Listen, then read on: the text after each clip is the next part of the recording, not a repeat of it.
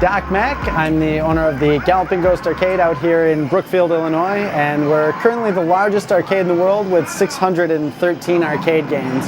We were essentially one of the first free play arcades out there. It's $20 to get in, and then all of our games are on free play, so we encourage people to stay and play as much as they want, which has kind of led to people traveling in literally from all over the world to come enjoy all the rare games that we have and attend our events that we run that are usually run around specific games or tied to specific industry people.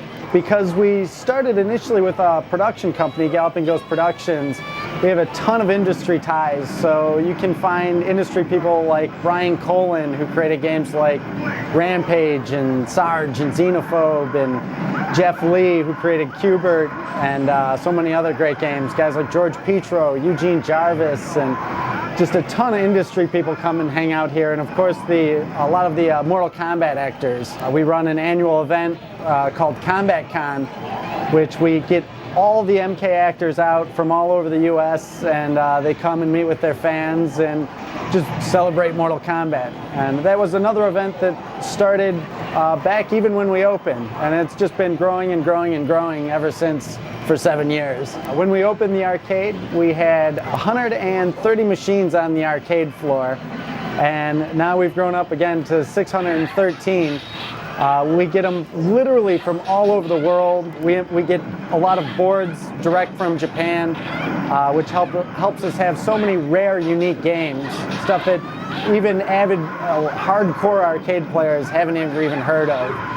One of the cool things that we have here at the arcade is we have a lot of one-of-one cabinets and prototype cabinets and stuff that never came out.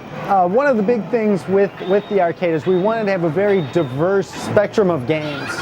It wasn't just focused on fighting games or shmups or classics, and so many of the places just focus on classics. And we have a great arsenal of classic games. Our oldest game is 1976 Death Race, also Circus. We have one other that was also made right around that same time period, but we've progressed all the way through like the mid-70s, 78 and 79, there was Space Invaders and Asteroids.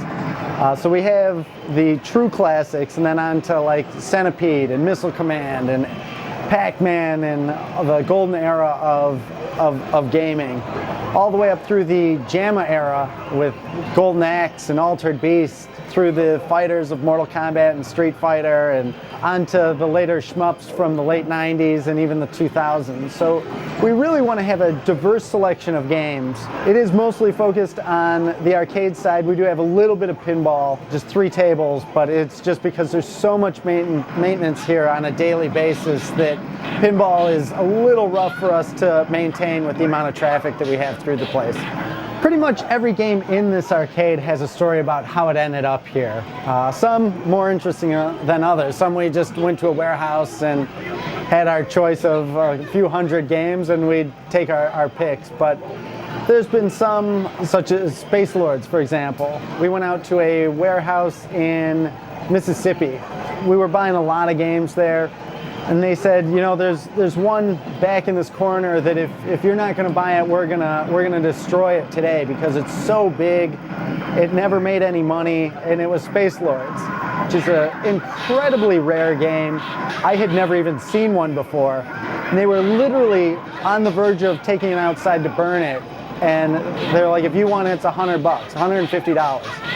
Like, absolutely, and then it ended up here. And it's like, there's been so many games that were on the verge of literally either going to the dump or they were going to be destroyed. There's been warehouses that we've been in that have had a lot of water damage to them. It's hard to see the games in that state of disrepair. So sometimes we'll take games that seemingly beyond repair just to bring them back here and challenge ourselves to restore them and bring them back. And literally every game has been somebody's creation, and every game here is somebody's favorite, regardless of If it's one person's most hated game, I can guarantee it's almost somebody else's favorite game of all time, and they're probably really good at it. Galloping Ghost Arcade is actually located at 9415 Ogden Avenue in Brookfield, Illinois, maybe 15 minutes outside of Chicago. You can also check us out online. You can just search for Galloping Ghost Productions or Galloping Ghost Arcade. We have both a fan site and a group page. The group page we pretty much update almost every day and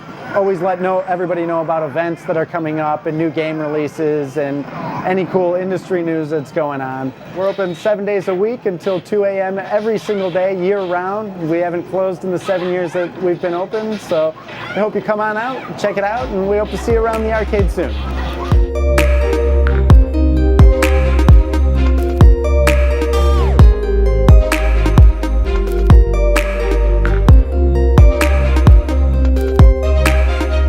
Another big aspect of the arcade is that we've recently purchased Arcade, which is a high score tracking website as well as a arcade tracking venue. And on there you can just see where so many of the rare games, they just end up here for everybody to come and enjoy. Within the collecting community, games that are considered holy grails like Primal Rage 2, we picked that up and reintroduced it, and it made worldwide news. It was on all the gaming websites that we had this super rare game. There was only one known other instance of it in a private collection, so most people hadn't even seen the game in over 17 years. So once we put that out on the floor, we started talking to one of the creators of it, Chris Tang, who we flew in from California, and he shared so many stories about the design and the development of the game. So it's this you have this unbelievably rare game that nobody even really believed to exist anymore. And then you get all this back history that is told to you by the actual person, one of the actual people that created it.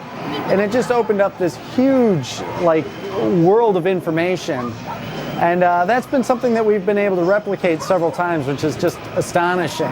Guys like Jeff Lee, he has several prototype games here, such as Argus and Arena.